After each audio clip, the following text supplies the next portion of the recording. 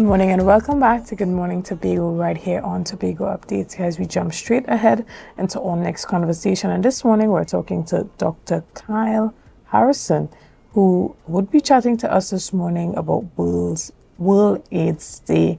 And we're talking about AIDS awareness this morning. Good morning and welcome. Hi, good morning. Thanks for having me. Excellent. Talk about World AIDS Day 2025. Excellent. And tell us a bit about some of the activities that are happening and how persons can get involved. So the theme for this year is overcoming disruption and transforming the AIDS response. And one of the ways we can get involved is having discussions such as this, where we bring awareness to HIV and AIDS. Excellent. Now, let's talk a bit about moving away from the idea of the stigma connected to HIV and AIDS. Now, we've made a lot of progress in the area of medication as it pertains to this particular virus. Tell us about how those conversations have evolved over the years. What are some of the, key initiatives that are happening to ensure that is no longer something that is stigmatized within our society? So HIV and AIDS isn't what it used to be. A few decades ago, it was in many ways considered a death sentence. However, as medications get better and public awareness and stigma goes away, it's becoming a disease that patients can live with a very long period of time and also have lives a bit more normal than how it was earlier. Excellent. And so for you and your team, what are you guys doing and how can persons be a part of that? So having discussions such as this and encouraging patients to get tested helps with the response, because being able to detect the virus earlier, we could start treatment earlier. And there's a phrase that we say undetectable equals untransmissible, meaning that as patients comply with treatment and the level of virus in the blood gets lower and lower, when it reaches undetectable levels, they're unable to spread the virus. And this way, we can really limit the spread of the disease.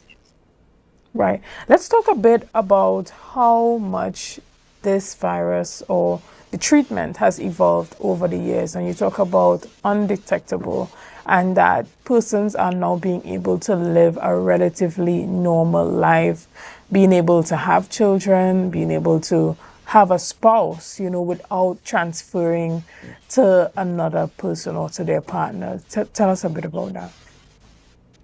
Yeah. So if you want to get into the technical aspects, the medication targets different ways that the virus is able to interact with the cells and then spread and increase in number.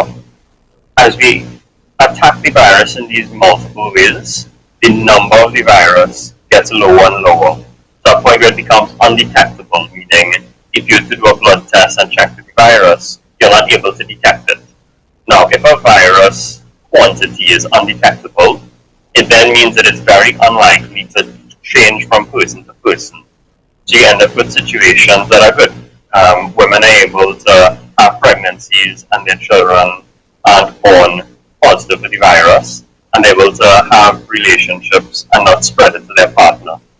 And apart from that, they end up living longer and healthier lives that would have been a dream decades ago. Excellent. And, tell us about some of the testing drives that are happening for persons to no longer be afraid to go out and get tested. Yeah, so getting tested early is important. Any patient going through the healthcare system who's pregnant will get an HIV test. And then we do recommend patients to come forward. We recommend, young persons to come and get tested. Ideally, all sexually active people every year would get tested, and for high-risk individuals, every 6 months. It's also important to recognize that the highest number of cases are between the ages of 20 to 49. So it's important for people in that age bracket in particular to get tested frequently. Right. And we're going to shift gears a bit even as we continue to have this conversation on this topic. And there's a contentious conversation that happens when we talk about HIV awareness, AIDS awareness, and the availability of medication. And that has to do with the accessibility of drugs like PrEP. Talk to us about where that conversation has gone. How has it evolved, and where are we as a society in being able to provide these type of drugs for, partners of persons who have HIV or AIDS, and how accessible is it for persons, particularly within the LGBTQ community, to access these type of drugs? So I don't know the specifics of how accessible PrEP is, but I do want to talk a little bit about PrEP. So unlike the standard medical process where somebody has symptoms or gets an illness and then once treated, PrEP is pre-exposure prophylaxis, meaning a person without an infection or without a disease will take medication in advance to almost shield them from contracting the disease. So for high-risk individuals, this is a way to protect people who are currently HIV negative and may engage in a behavior that increases their chance of getting HIV, so it protects them from contracting the virus.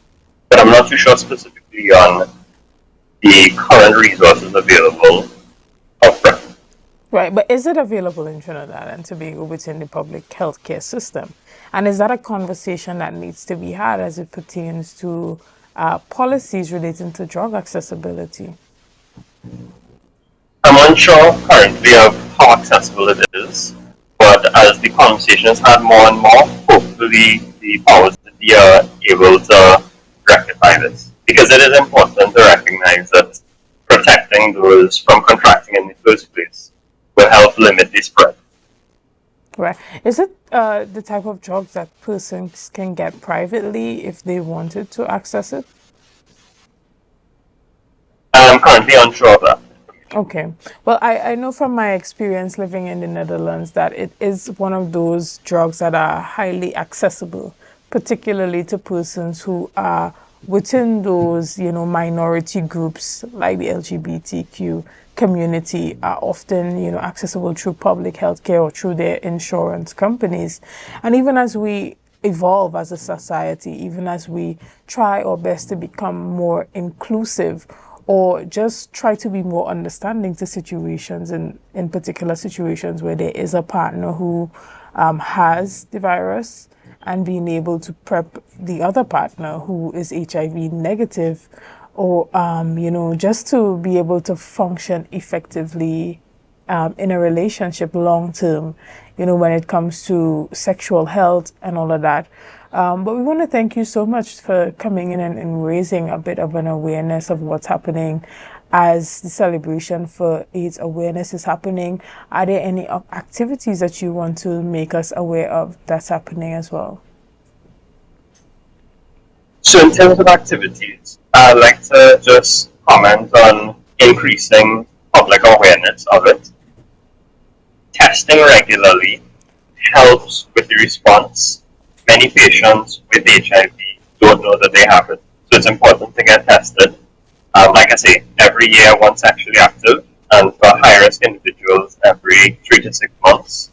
Because again, unlike some diseases where there are symptoms, unfortunately, many patients can be asymptomatic, and the symptoms only present in the later stages where we're, less able to intervene effectively. Understood.